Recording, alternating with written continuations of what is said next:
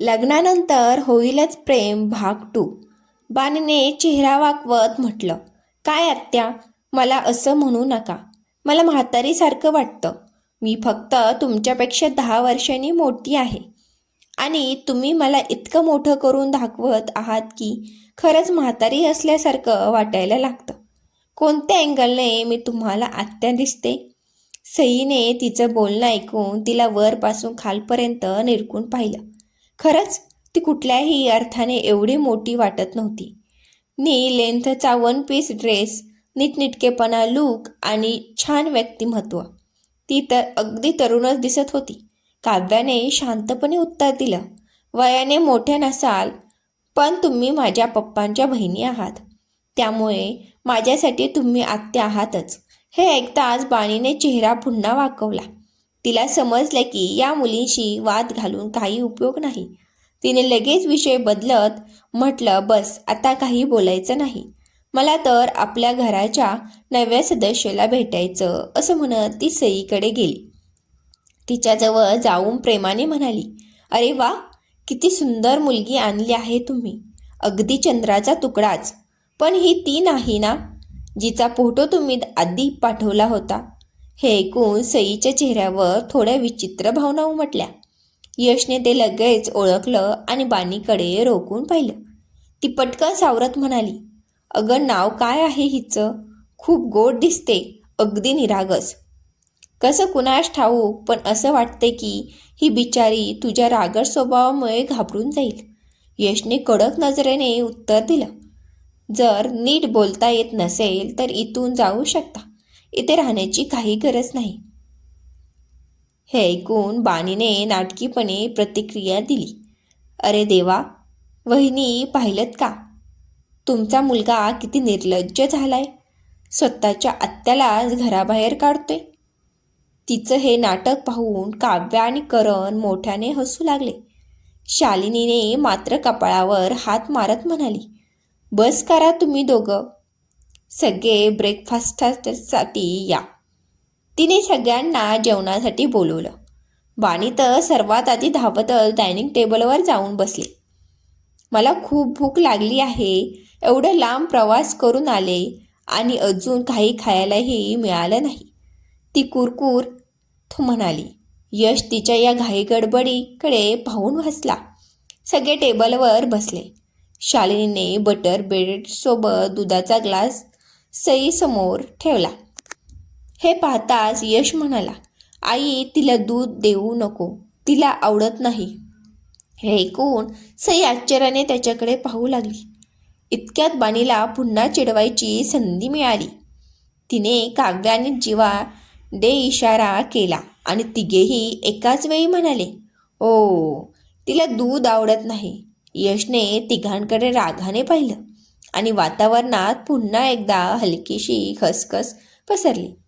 यशने त्या तिघांकडे रागाने पाहिलं तेव्हा बाणी त्यांच्याकडे पाहत हसत म्हणाली, अहो, कुणाला तरी कुणाच्या आवडीनिवडीचं खूप कौतुक आहे बरं का?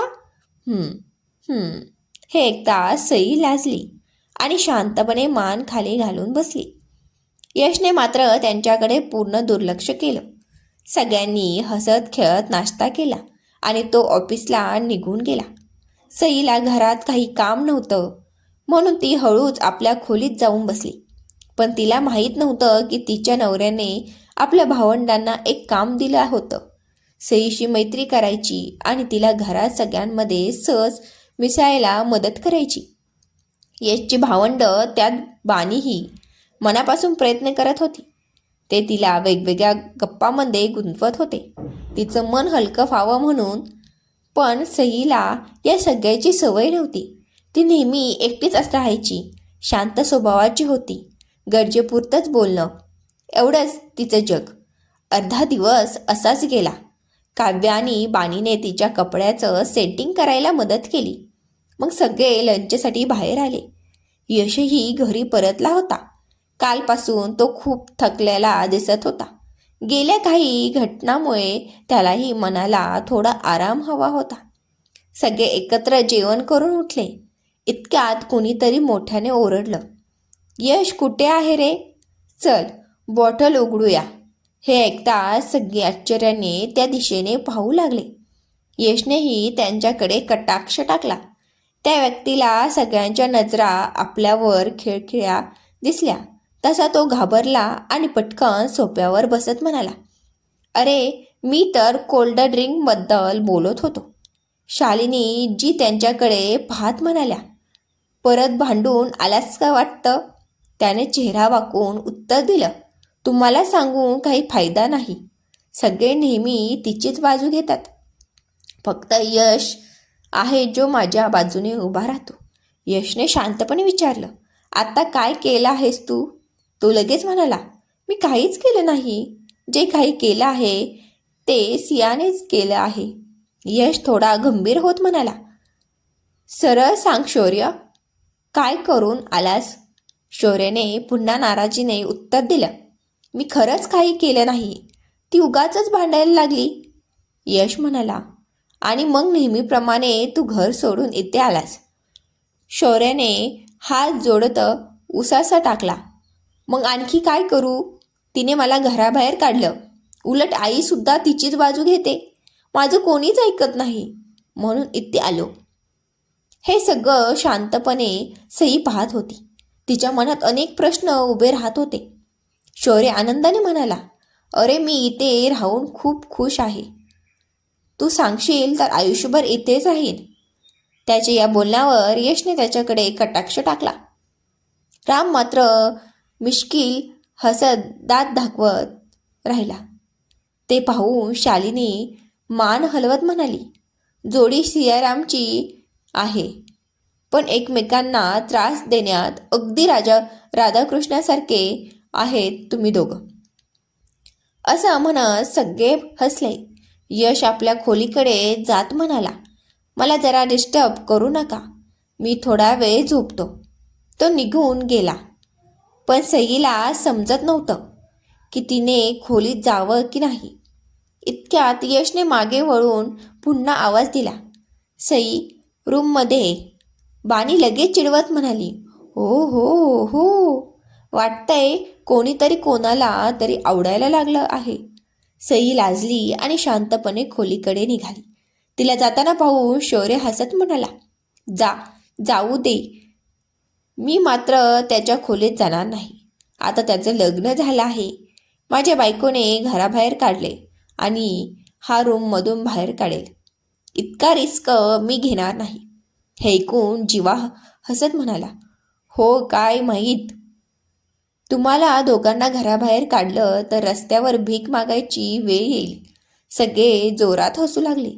शौर्याने त्यांच्याकडे पाहत उत्तर दिलं, आणि तू जरा सांभाळून राहा, नाहीतर तुझीही पिटाई होईल. जीवाने चेहरा वाकवत म्हटलं, अकड तर अशी दाखवतोस जणू काही मोठा तुर्पखान आहेस. पण ही अकड तुझ्या बायकोसमोर कुठे जाते? आमच्यावरचं शेर बनतोस. शौर्य त्याच्या बोलण्यावर गप्प बसला, कारण त्याला माहीत होतं त्याच्या बायकोसमोर तो खरंच काही बोलू शकत नाही. दरम्यान सई खोलीत आली. यशने लगेच तिचा हात पकडला आणि तिला भिंतीजवळ उभं करत दरवाजा हलकेच बंद केला. सई आश्चर्याने त्याच्याकडे पाहू लागली. यश तिच्या अगदी जवळ उभा होता, दोन्ही बाजूंनी हात टेकून. तो शांत आवाजात विचारला, काही प्रॉब्लेम आहे का तुला? सईने लगेच मान हलवत नाही असं सांगितलं. तिच्या त्या निरागस हालचालीवर तो हलकसं हसला. मग तिच्या गालावर हात ठेवत प्रेमाने म्हणाला, मग इतकी शांत का आहेस?